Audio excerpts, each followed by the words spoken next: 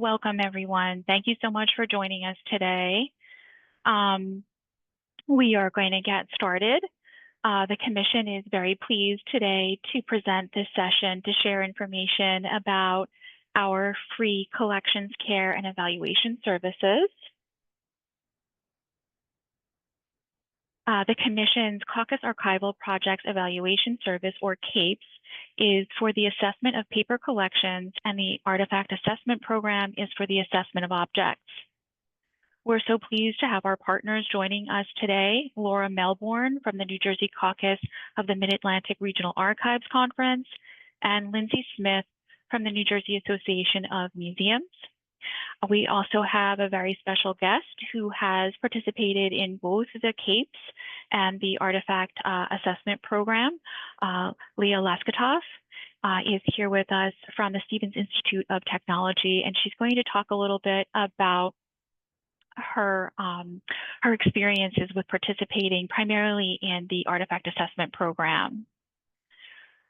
Shortly, I'm going to introduce our first speaker.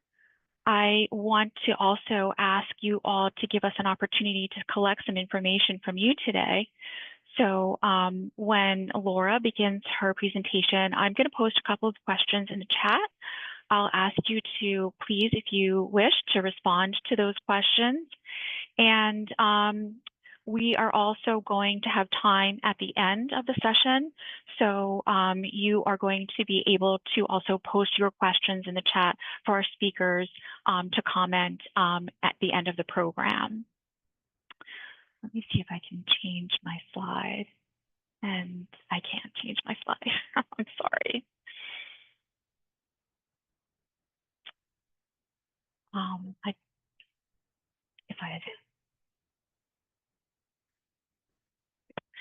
Okay, excuse me, I'm sorry.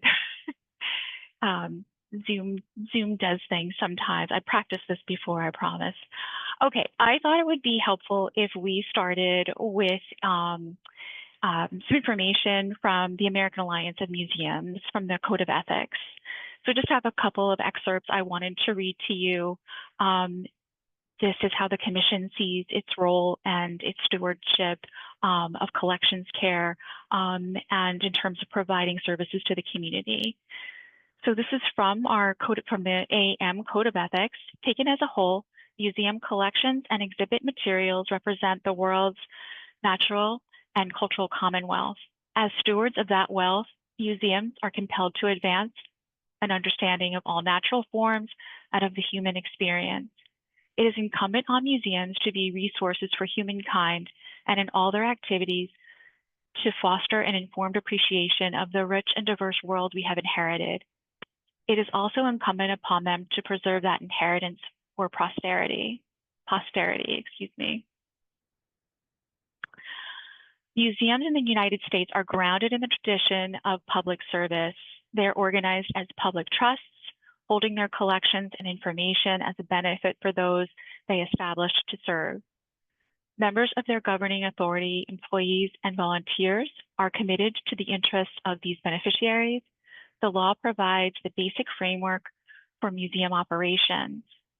As nonprofit institutions, museums comply with applicable local, state, and federal laws and international conventions, as well as with specific legal standards governing trust responsibilities. This Code of Ethics for museums takes that compliance as a given, but legal standards are a minimum. Museums and those responsible for them must do more than avoid legal liability. They must take affirmative steps to maintain their integrity so as to warrant public confidence.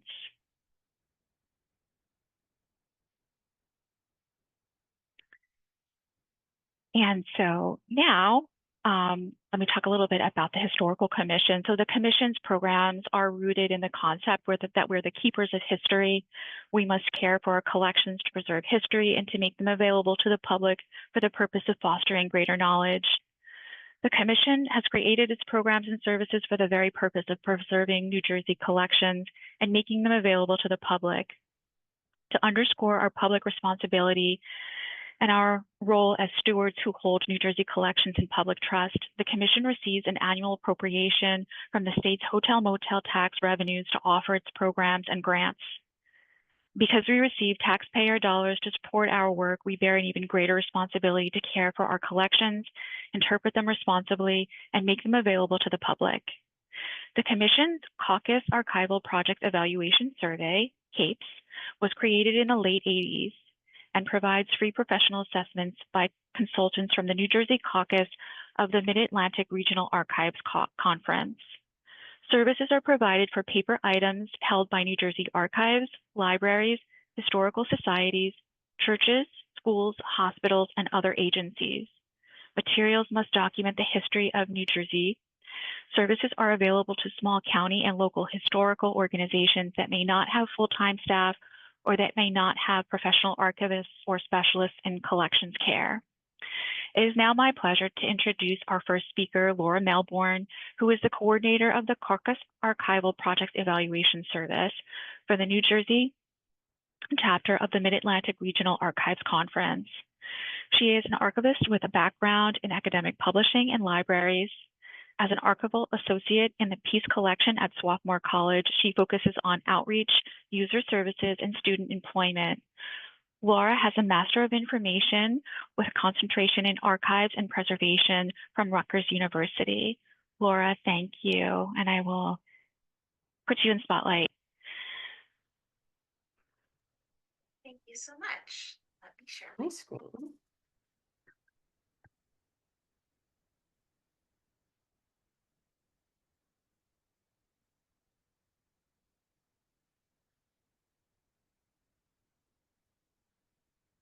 And I hope now it's visible to folks.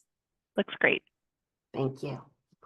So as we said, my name is Laura Melbourne. Thank you for that introduction, Nicole. I use she, her pronouns, and as a bit of visual description, I'm a white woman in my 40s. I have short brown hair with some pink in it. I'm wearing purple glasses and a white blouse. And today I'm participating from my home where my background is blurred.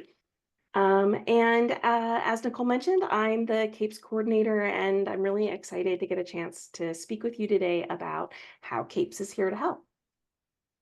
So the formal name of CAPES, which you heard a couple times now, is the Caucus Archival Projects Evaluation Service. It formally launched in 1989, and it's a collaboration with the New Jersey Caucus of an organization known colloquially as MERIC, which is the Mid-Atlantic I always do that. Mid-Atlantic Research Archives Conference and the New Jersey Historical Commission. So for over 35 years, what we've been doing is providing additional resources, particularly survey reports that help assess a particular collection, primarily paper-based. The thought process being that there are lots of wonderful grants, especially from the New Jersey Historical Commission, that will help support any small nonprofit organization that has paper-based records. But a lot of times there are either part-time staff or folks who don't have a background with archival knowledge, and the kind of details you might need to fill out a grant request is the type of information that our volunteers can provide. Over the 35 years, we've completed 550 surveys. Some of those are repeat surveys, so we'll talk a little bit about that process. And basically, at the end of the day, what it is to talk about these surveys that can be used for the grant process or just for strategic planning and collection management. So first, who qualifies? It's any New Jersey nonprofit organization, either public or private, either public or private, a non-governmental, anyone who needs consulting assistance to evaluate the archival needs of your collections. They do need to be available to the general public, and they do in some way need to document the history of New Jersey. That can be quite broad, but it does need to be related to New Jersey history in some way. And I've mentioned a few times now that they should be mostly paper-based collections. We don't do assessment of artifacts and artwork, but at the intersection of items like photographs, we could include that in our survey. So how the CAPES program works is first, organizations complete an application that's available through the New Jersey State Historical Commission page, which I believe will also be up in the chat.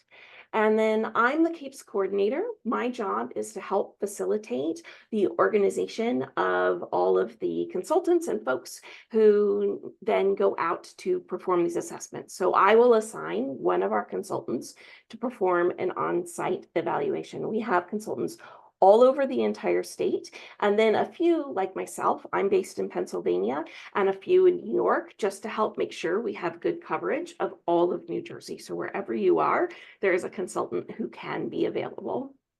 They come to the site and they conduct this on-site evaluation. So what that looks like is they will walk around the building, they will take pictures, they'll ask you questions. You might correspond a little bit over email too. After that, it takes, it depends on the size of the collection, but it might be a morning or an afternoon or maybe even a full day. And then after that, the consultant takes that information and goes back and writes the report, and then sends the report to me. I approve it just to make sure that it meets all of the criteria that are important for things, like I said, like grant applications. And then I'll send it back to the organization, as well as the New Jersey Historical Commission, which keeps a permanent record of all of the reports.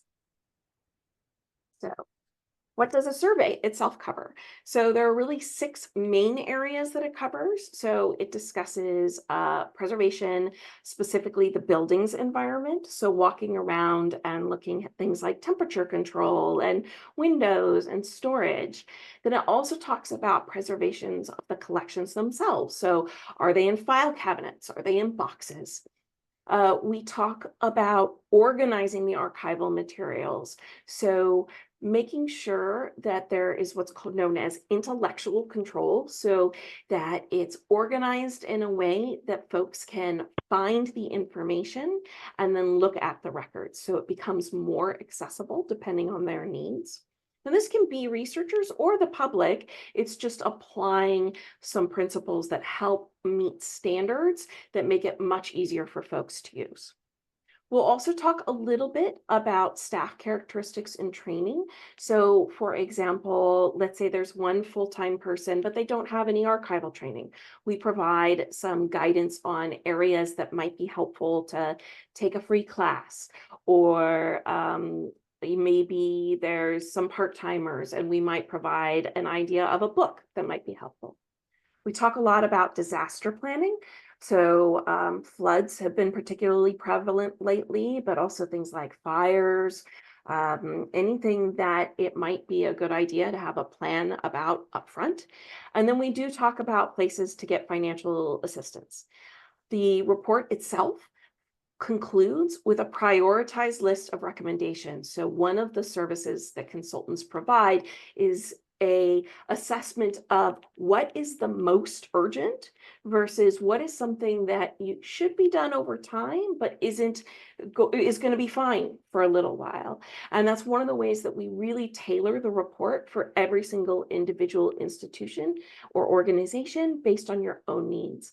And then we provide a lengthy resource list that talks about all sorts of consultants and organizations and companies, both in New Jersey, but also outside, that might help you find supplies or training, anything that might help you then move on to your next steps. So I also wanted to talk about follow-up visits. So you'll recall I said there were 550 surveys that have been done, but some of those are repeats. So we're very proud of our 35-year history. Over the course of 35 years, things have changed a lot. So we really like to highlight and recommend that even if you had a visit before, think about whether it's the right time to have a second visit, either because things in your space have changed, or maybe you've taken on an entirely new collection that's very different. One of the things that we talk about a little bit more informally, but can help, is how do you organize these collections if you're starting to think about digitization, for example? So really talking about, what changes have happened. Even if you had one in the past, please feel free to reach out and fill out an application for a second survey. We'd love to see you again. And finally, I just want to conclude with a point that Nicole made at the beginning, that we really appreciate you spreading the word. If you've had one or two, or even if you've never had one, just letting folks know that this is a free service where professionals are available to come and help provide these tools to make it a little bit easier to manage your collections. And you can always email me if you have any questions at all about whether or not it's an appropriate, use of your time, whether you have any questions, anything like that.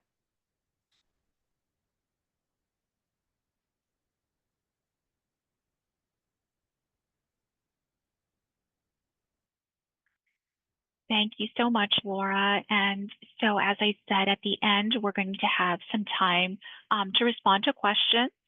So thank you so much. We're going to move on now to the Artifact Assessment Program, which was created in the mid-2010s. It's also a free service offered in partnership with the New Jersey Association of Museums. Museum professionals will perform evaluations of objects for nonprofit organizations located in New Jersey that maintain publicly accessible collections that relate to New Jersey and hold collections in the public trust. Priority is given to small to mid-sized museums, historical organizations, and libraries that lack full-time staff and/or qualified collections care specialists. Our coordinator, Lindsay Smith, for the Artifact Assessment Program is here with us today. Unfortunately, we're having a little bit of difficulty with Lindsay's camera, so we won't get to see her, but you will get to see her slide presentations and her slide presentation, and you'll certainly hear her. So let me tell you a little bit about Lindsay. She is our coordinator for the Artifact Assessment Program and our rep from the New Jersey Association of Museums. She was the Director of Collections, Exhibits, and Archives at Living History Farms in Iowa. She was the University Archivist and Rare Book Librarian at Des Moines University, and an archivist exhibit content developer at the Museum of Science and Industry in Chicago. Lindsay spent a decade as a museum's exhibits and collections consultant with ExhibitSmith, and she is the CEO of Hangerbee, a textile preservation supply company based in Mount Laurel. Thank you so much for being with us today, Lindsay, and I'll turn it over to you now. Great. Thank you so much for having me, and apologies again that for some reason my video is not working, but sometimes that doesn't work out. So I'm just going to hop right ahead and share my screen since I'm not too much to look at today. And let's go right into this. So the Artifact Assessment Program, as Nicole said, was formed in the mid-teens. I believe it began sometime in 2015.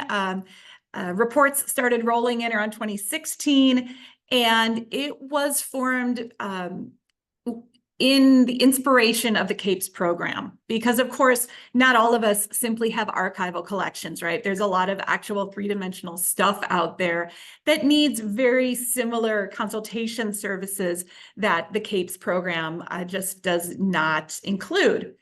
So the Artifact Assessment Program was born thanks to the New Jersey Historical Commission, and it is part of the New Jersey Association of Museums. So if you forget my name or my email today, but you want to get a hold of me, just Google the New Jersey Association of Museums, and the AAP program is prominent on that website, and very easy to learn more and get a hold of me. And of course, the New Jersey Association of Museums is a great statewide resource for museums of all sizes, and includes a lot of educational networking opportunities and educational events, some of which have been produced in conjunction with the Artifact Assessment Program over the years, which is fantastic.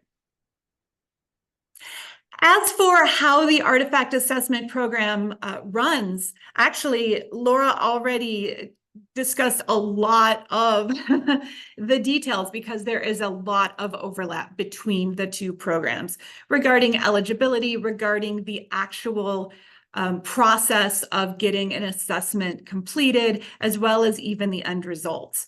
So what is it? It is, again, a free service for nonprofit history, museum, and science organizations in New Jersey that have artifact collections. And what is it? Simply said, a professional curator, a professional collections, a professional who has been vetted by the New Jersey Association of Museums.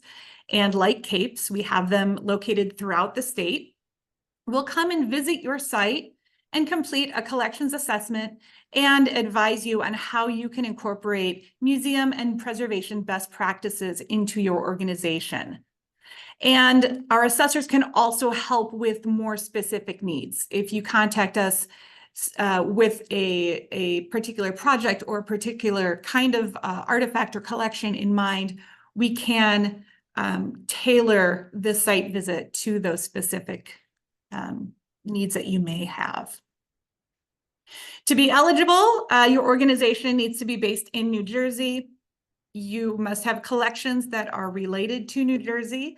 And as Laura said about having archives related to New Jersey, this can be a very broad topic. We don't need it to be something that would necessarily be in a New Jersey textbook, but have a collection that is related to the state. And of course, you must make your collection available to the public, and you must hold the artifact collections in the public trust. If you have any questions about what that may mean for your particular organization, I'm always happy to work with you and figure things out regarding your eligibility on a one-on-one basis, if that is something that you have questions about. Now, because I had a feeling a lot of the information would be kind of repeated from person to person, and we do have Leah coming up who's going to talk about their site visit and their return, their second site visit, I thought I would spend just a couple of minutes talking about another real life case study that we have been able to share in our newsletters and social media. They've been really willing and happy to share their experience with us, with the hope that it will inspire other organizations who maybe don't know where to begin to look at the artifact assessment program as a viable option for them. The Chesterfield Township Historical Society, they're located in an 1850 Hicksite Quaker meeting house in Crosswicks. They were one of the first organizations to receive an artifact assessment program visit back in 2016. As I said, we're a newer program, so they were one of the first ones. So after they had a consultant come see the site, complete the report that touches on everything from facilities to environmental needs to the current state of their collections, as well as the collections management situation that they're working in, they were able to review the report they received, and they implemented the recommendations that were provided by their AAP consultant. And they used this information over the years to obtain grants that let them curate, redesign, and make a better use of their entire museum. But then in 2022, they were ready for the next step. And they received AAP approval for a follow-up visit, just like Laura mentioned with some of the CAPES experiences. Now, this visit was different. This was used as a planning workshop for their upcoming reinstallation, which they needed to do to comply with some grant requirements for some grants they'd received. The recommendations that they implemented, they carved out dedicated spaces in their headquarter building for both permanent and temporary collection storage needs. They added shelves. Non-artifacts were relocated into different areas, providing a more focused and organized collections area. And they made it possible to move all but the heaviest objects to the Society's headquarters building while the museum was being completely renovated and repainted. This phase was completed in early 2023. And during this time, their AAP consultant was working behind the scenes to help them find additional display and storage furniture that they needed for this reinstallation of their exhibits.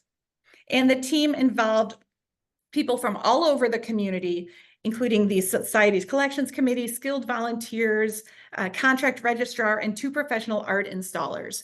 And this all took years to take form, and this organization really relied on the reports and the experience from both their AAP visits to really understand what they needed to do to get to this spot.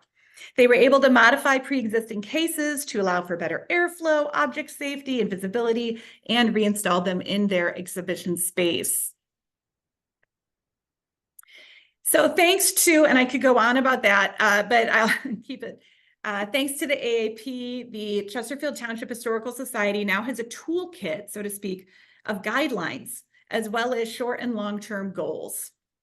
They understand the basic ground rules and protocols of collections care and exhibition work, and they now have an understanding of what they're capable of doing for themselves, and when calling in a professional would make more sense in terms of skills and efficiency, just to make the project work better. And this knowledge will allow them to proceed independently in their next round of their exhibition changes and their rotations.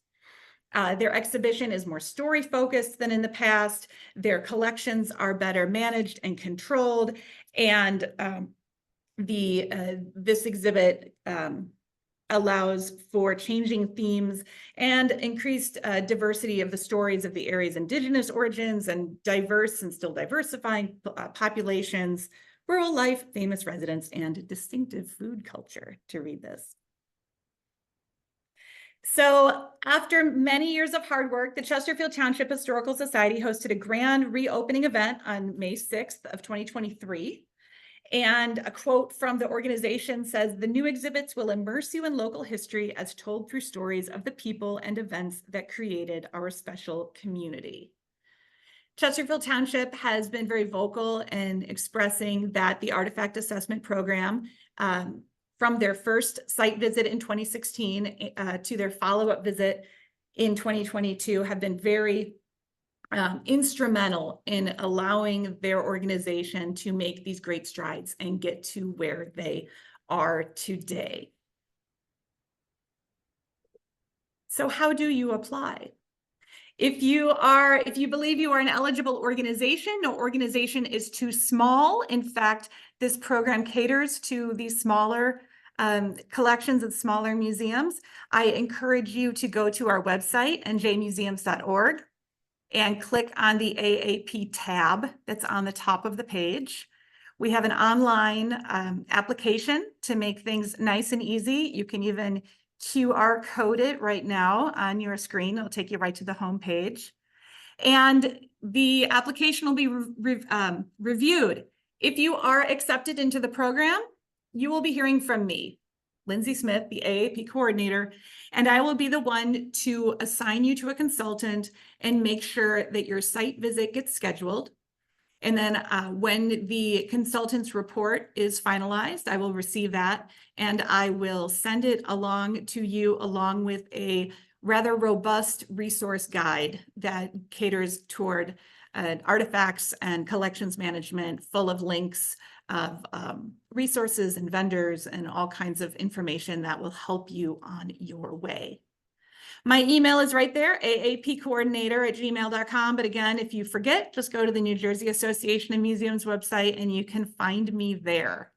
So thank you for this, and I'm happy to answer any questions at the end or offline if you are ever curious about the project at AAP. So I'll go ahead and stop sharing my screen. And you still can't see my face, but that's okay. Thanks, Lindsay. Thank you very much for that. So now let's move to our last presenter. So as we mentioned, Leah Liskadov is joining us as an organization that has gone through both the Artifact Assessment Program and the CAPES, so that's really wonderful. We picked the right speaker. So Leah is from the Stevens Institute of Technology. She is with the Samuel C. Williams Library. She is the head of archives and special collections, and in her position, she oversees all policies, processes, and digital projects relating to the university archives and special collections. She is a California native. She earned a master's degree in library and information science from San Jose State University and a BA in history from San Francisco State. Before joining Stevens, she worked as an archivist for the Brooklyn Historical Society, Columbia University, UC Irvine, and the National Park Service in San Francisco. Leah, thank you for joining us today. Thank you so much. I'm very excited to be here. I have had the interesting experience of doing CAPES and AAP twice, and also as a professional archivist, but we have an interesting situation at Stevens, which I'll discuss. First, I wanted to just do a quick context of Stevens and kind of the rich history, New Jersey history at Stevens. Stevens Institute of Technology was first established in 1870. The Stevens family is an early inventor engineering family. Colonel John Stevens was a captain during the Revolutionary War. In 1784, after the end of the war, he purchased the land which we now know as Hoboken for $90,000. Eventually brought his family over to Hoboken by the early 1800s. And him and his sons, he had 11 children, would help him with his inventions. He patented one of the first steam engines in America, and he was also responsible for the patent law that was passed in 1790. We have like an early replica of a steam locomotive here in the collection, and a lot of early mechanical models as well. When Stevens was established in 1870, it became the first mechanical engineering school in America. So as you can see, we have a very rich history here. And the collecting at Stevens really kind of started when it first opened in 1871. That's when students were first admitted, the first 21 students back then. We also had the first professional librarian was in 1907, Enid May Hawkins. So a little bit about our collecting history. She really kind of started collecting on the institutional history during that time. And then over the years, we eventually absorbed a lot of the Stevens family, some of their papers, but a lot of their artifacts as well. The Stevens family actually lived on campus until 1910. And then they sold the rest of the remaining land to the university at that time and basically left Hoboken. So a lot of the paintings, antique furniture, decorative arts ended up becoming absorbed into the library at one point. We did have a Stevens Museum on campus from the 1920s to the 1950s, but there was never any kind of collecting focus. There was, a curator, so to speak, but that back then they didn't really have policies. They would kind of just collect on what they were interested in at the time. We used to have historic, like automobiles and gems and minerals. It kind of ran the gamut. So without a focus, it became a little bit hard to tell a story and narrate the history of Stevens, which actually kind of got lost in the shuffle in some ways. So over the years, the library would absorb all different types of artifacts and some of the paper-based institutional archives.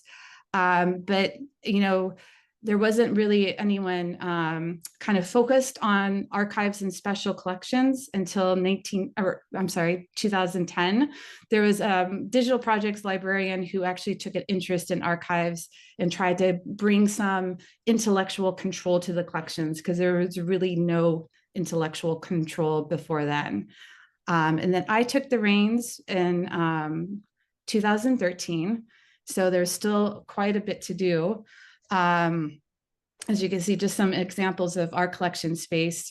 Part of the reason why we wanted to do CAPES and AAP is because we're not a museum, but we could be a museum and we can have a museum on campus. And we had the interesting experience of having a legacy of the Stevens community thinking that archives and special collections were only the objects.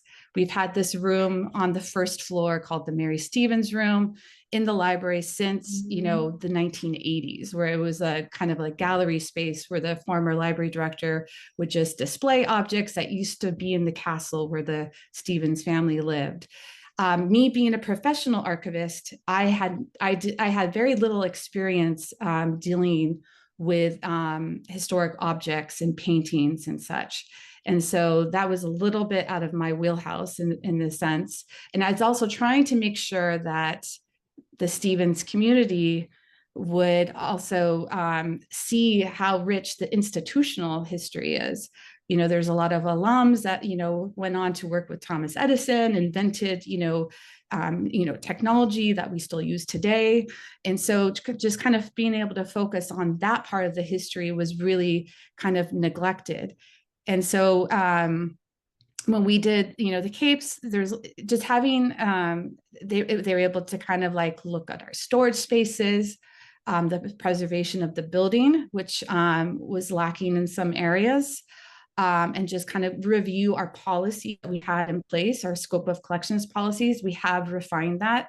We're very like confident with that now in our donation guidelines. Because again, over the years, we had, you know, I think the library kind of became a bit of a dumping ground in a sense, where people would just, any old thing that they found, they thought that the library wanted, and that was not the case. So we've been, it gives that extra justification of like, hey, this is our focus, and this is, what we're looking at collecting.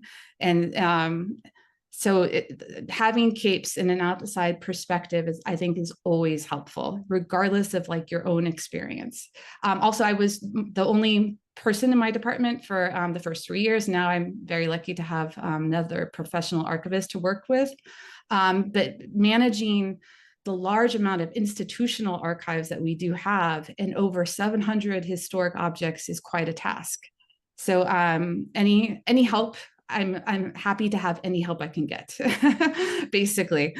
So some of the outcomes and benefits of AAP and Capes, again, just expert assessments. I think that, it's always good to get an outside perspective. And I think it helps with getting more buy-in with administration, because I had a hard time explaining to people what we do as archivists. And like, you can, you tell your colleagues or the administration that, many times, but when for some reason, if they hear it from someone else and they have an official report, it sounds much nicer. So it's like an extra, that extra justification and push to be able to kind of do what you need to do. We did have a follow-up AAP assessment. And the AAP assessment, for one, was extremely helpful. She went over even like the lighting in our rooms. We have a lot of amazing things because we have the alumni that have come through Stevens. Like we have 16th century Japanese armor from an alum that graduated in 1899 and he was from Tokyo, Japan. And he sent it as a gift via ship in 1934. So we have all these amazing things. And then just having someone come in and say, this is really important and we need to have like proper building preservation environment, it really helps get that buy-in with the administration.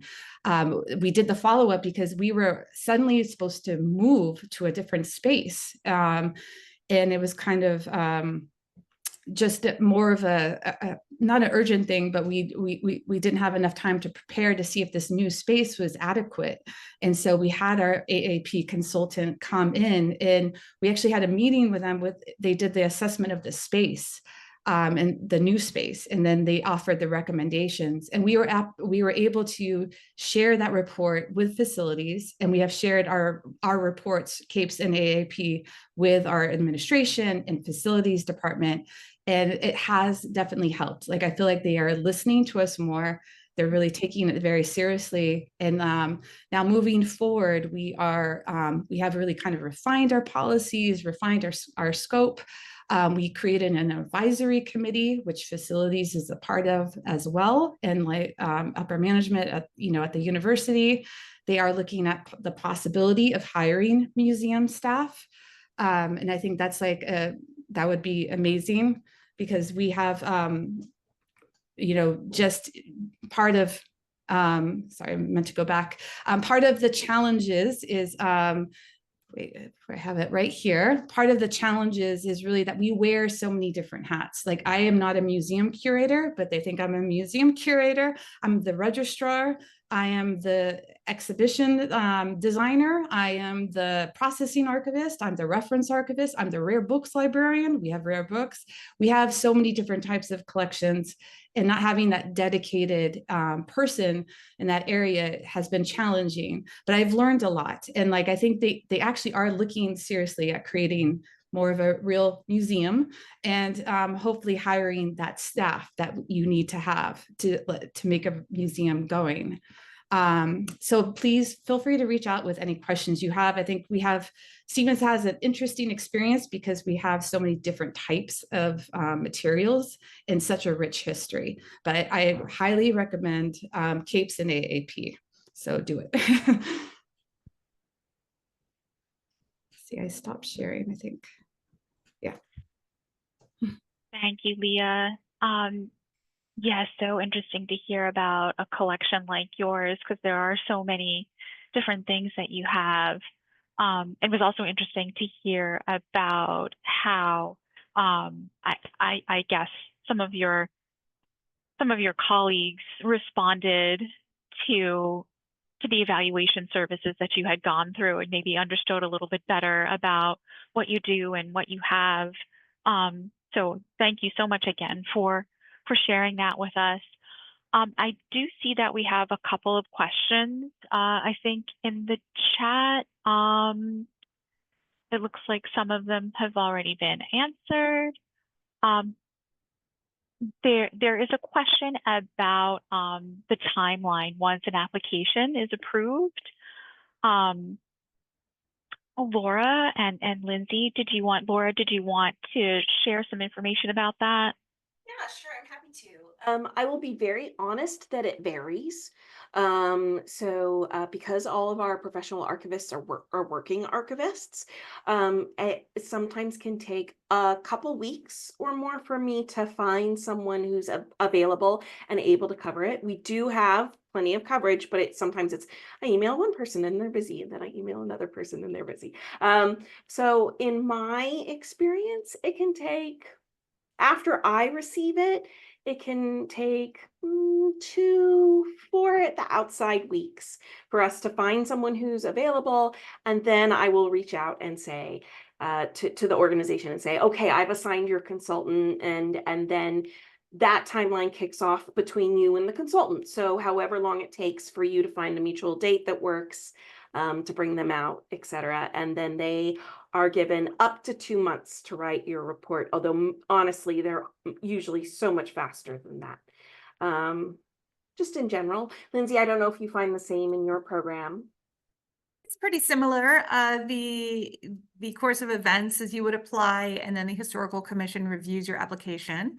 Now that we have an online application, I think that part of the process is going a lot faster. You probably agree. There's no more physical paper trails getting in the way. And then once I get a hold of the approved application, then I will look and find, like Laura said, a consultant, ideally someone who is familiar with your type of artifact collection, who is also hopefully in your geographic region if possible. And I will connect the two of you. And then it is up to the two of you to schedule the site visit. On the other end of things, our consultants, again, are doing other jobs as well. So it does take a little longer than I'd like to get a lot of those reports back, not from everybody. But if you ever, if you're ever curious where your application is in the process or where the process is, I'm always happy to look into that and give people a little nudge if needed.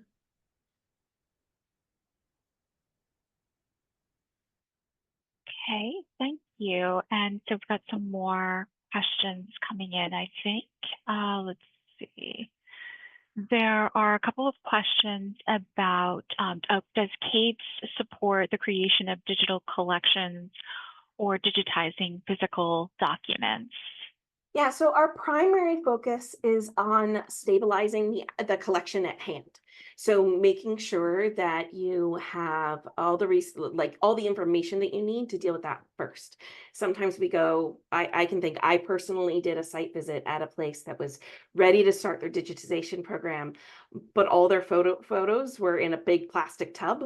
So starting with, okay, this is how you organize these records so that they're stable. And also, what can you do while you're digitizing? So maybe you do two birds with one stone. That's our primary focus. But you know, as time has moved on, we definitely get more and more into digitization, or reformatting as it's often known. So we will provide, it's not our special area of focus, but we will provide some assistance and help with that, if that makes sense. Great. Thank you, Laura. Let's see. There's another question about, I guess, what is the difference between CAPES and AAP, and whether an organization should apply to both programs simultaneously. I guess the primary difference between CAPES and AAP is CAPES is an evaluation of your paper collections, and then the artifact assessment program is for your objects. So that's the primary difference. And then whether or not you should apply simultaneously, I guess, depends upon the collection that you have. But I'm going to let Laura and Lindsay maybe speak to that a little bit more. Sure. As I said previously, that the artifact assessment program came out of a need because there were a lot of people interested in the CAPES program that also had three-dimensional artifacts in their collection. So while both programs offer very similar products of having a professional archival or artifact collections professional come and visit your site and create reports and help you prioritize and provide you with resources, the CAPES program will be more archival, more two-dimensional, paper-based, while the artifact assessment program kind of handles everything else. So yeah, depending on your collection, I know people who have tried to do both at once, and that really depends on your ability to schedule. I know people, I know one organization I'm thinking of right now that was trying to schedule a CAPES at the same time as an AAP, but in their personal work day working at a small museum, it was just too much. But I guess it just comes down to which one you'd want to do first. I'll echo Okay. everything Lindsay said and just say, I think we both, in some ways, will talk about things like the building. So I think either one that you start with will help provide a lot of information. Thank you both. We have another question about, for the artifact survey, do they have to go through every archival box, or do they do a general survey of all the boxes, so as not to disrupt the storage areas? Well, we certainly don't want to. I mean, if we're going to go open every artifact box, we're going to be there for weeks probably, depending on your collection. The collections consultants we have are experienced in doing collections assessments. For example, I don't do assessments for this organization, but I did for many years. And I developed a skill set where I could kind of walk into a storage room and kind of get the feel for the environment, for how things are being stored, and then just kind of look at a few select boxes. We don't need to look at every single artifact. We also talk with you. It's a lot of communication. So what do you have? What are your concerns? How are things generally being stored? Because we don't want to make things worse by having to disrupt anything. Our consultants are trained at this. They're used to walking into rooms full of stuff that they're not familiar with and being able to understand what's there and prioritize for the future.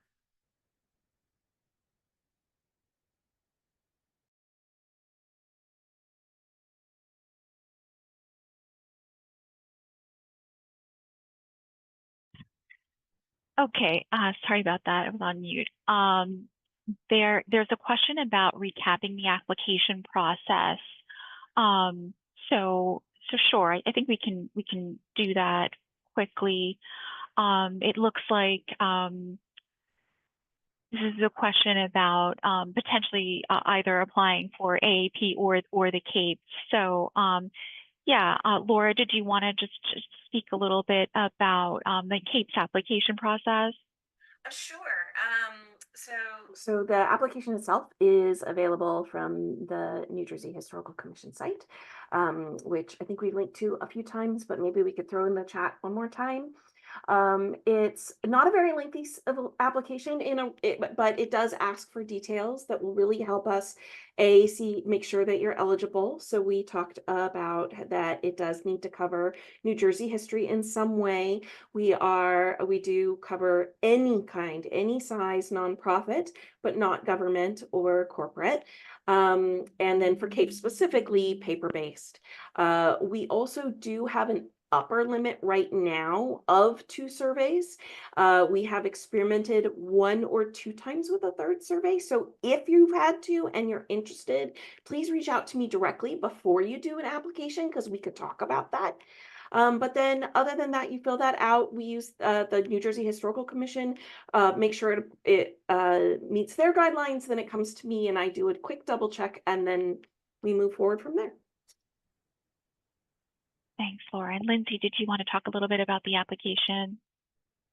Sure. It's very similar. You can access our application through the Historical Commission site, or you can just go to the New Jersey Association of Museums. We have a pull down. We have a whole page all about the artifact assessment program and who is eligible, things that I went over earlier in this talk. But it's very similar. Be a nonprofit located in New Jersey, have collections, 3-dimensional collections that are related to New Jersey. You must make your collections available to the public and hold the artifact collections in the public trust. And that's essentially the application process. There's an online application, but of course, depending on whether you choose the AAP or the CAPES, I'm sure Laura or myself would be happy to answer any personalized questions you may have. Yeah, absolutely. If you have any questions about applying, or as you're applying, if you have any questions, you can certainly reach out to Lindsay or Laura. They are certainly the most knowledgeable. I'll also try to help you out as much as I can. There's a question about private collections. So a substantial portion of our objects on display are on loan from a private collector. Would these be included in the AAP survey? They would not be a reason for the eligibility of your application. But if you do have your own permanent collections as part of your organization and a consultant is there to review, let's say, the facilities of the storage and of the exhibition space, then by default, these loaned items would be part of that from an environmental kind of standpoint. But if you are looking to get this private collection to be reviewed by AAP, then it wouldn't be eligible. It needs to be part of your own permanent collection. Okay, we're going to move to a few other questions here.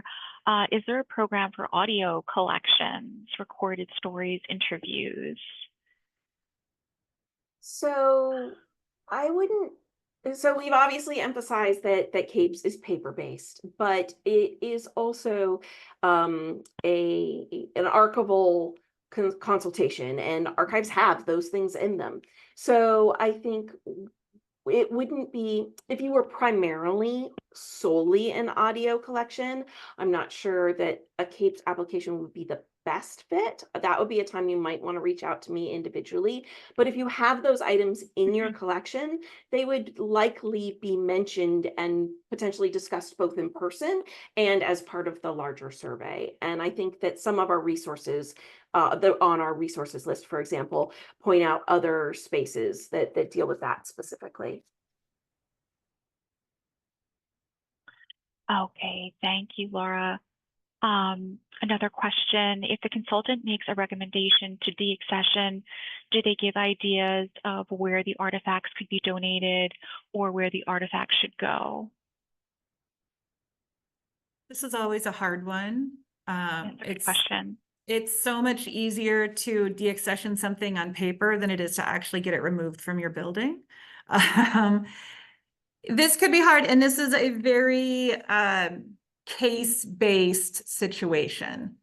So it would really come down to what kinds of artifacts are you deaccessioning, and does the consultant have any idea of where they should go? Now, if you do have questions about where they can go from an AAM ethical standpoint, I'm sure they're happy to provide you with all the information and all the options you have regarding transferring to an institution or a public sale or those kinds of bullet points. But if your consultant shows up and you say, I would like to deaccession all these things, they're not going to really have the time to go through every single one and find its next home. So they're here to give you recommendations, here to help you prioritize, help you along as best they can. But some of it will have to be based on your own internal decisions and opportunities. Thank you, Lindsay. Let me see. I am not sure I'm seeing any more questions or comments. I see one about off-site locations here. What if you have to store artifacts and papers in off-site locations? That is your collection storage. So, I mean, I guess it would have to, as long as it's a safe place for a consultant to be, then I would assume that would be included. Again, if your storage is a little non-traditional, maybe we'd have to talk about that on a case-by-case basis. But I've worked in and with museums with different offsite storage locations for sure. It's definitely viable storage. So Yeah. if you have questions for the AAP, contact me. We can chat about that. And really the same for the paper records as well. We've worked with very small historical societies that keep the papers in their house. And our main assessment will be on site. But one thing that I've seen done is before the report is concluded, additional correspondence over email talking about things like, well, what about those 5 boxes I have in my family room? And then we can help provide a little bit of guidance around that too. Do you have another question that's come in? Our space isn't big enough to display everything at once. Is public accessibility a requirement met by allowing researcher access to off-display area objects? Well, to be honest, most museums have only a small portion of their artifacts on display at any given time. That's why collection storage is a thing, really. We don't want to keep every single thing on display for the sake of preservation and the needs of the artifacts, and for the sake of keeping exhibits and experiences fresh for visitors to come through. Again, we always strive for accessibility, and when possible, we do want to be able to accommodate researchers and other special interests. But the fact that your space isn't big enough to display everything at once is not a bad thing at all. That's a big part of what the artifact assessment consultants do, is they look at the behind the scenes to make sure that the setup you have, the environment, the organizational system, that is on par or can work to be where you need it to be. But don't be deterred that you don't have everything on display. I absolutely agree. It's really more about that it's not a private collection that no one can see, that it's to be made accessible to the public, even if it's stored somewhere else. I want to thank Eileen Stokes for sharing early on about the CAPE survey that she had through the Washington Township Historical Society. So thank you for sharing that. And also Nancy from the Drake House, thank you for sharing. Let me see, am I missing any questions or comments? We're just a little after 1. Maybe just very quickly, I'll share our webpage where you can find the applications and the guidelines.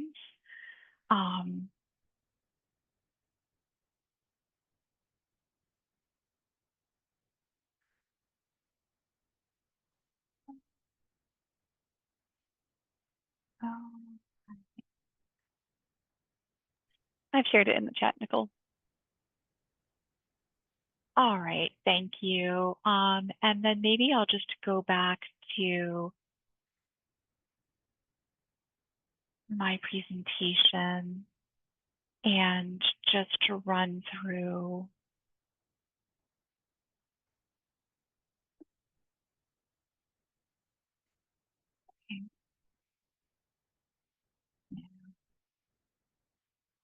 All right. I've got a couple of resources here for you. Here are our partner resources. This is from the Mid-Atlantic Regional Archives Conference. This is their website, New Jersey Association of Museums website. They've also shared with you their information in their presentations. This is the AAM, some AAM resources I wanted to share.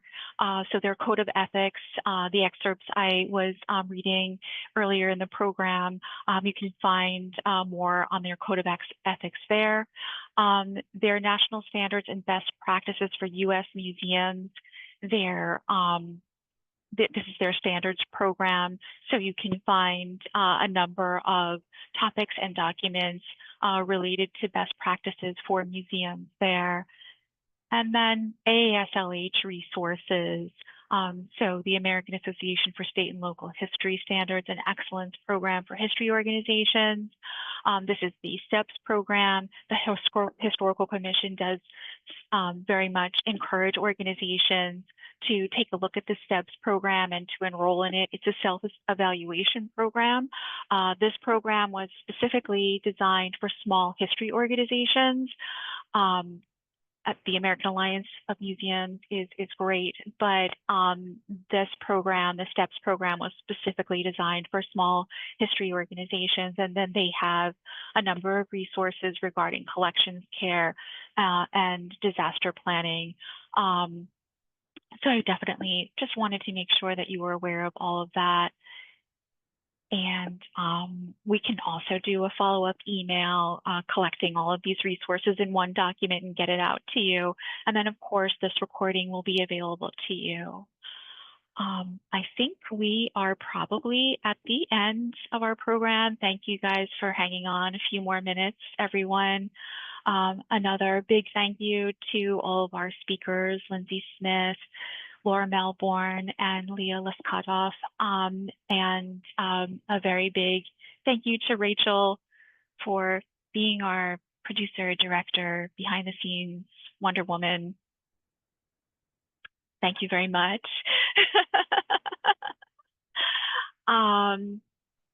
Thanks so much, everyone. We'll definitely follow up with an email, and please be in touch. Please really consider applying for these services. There's a lot of support here for you. I realize that a barrier can be that a lot of the organizations are small. A lot of them are all volunteer. So we definitely, we're here to try to help you through the process as much as possible. Thank you for being with us, everyone.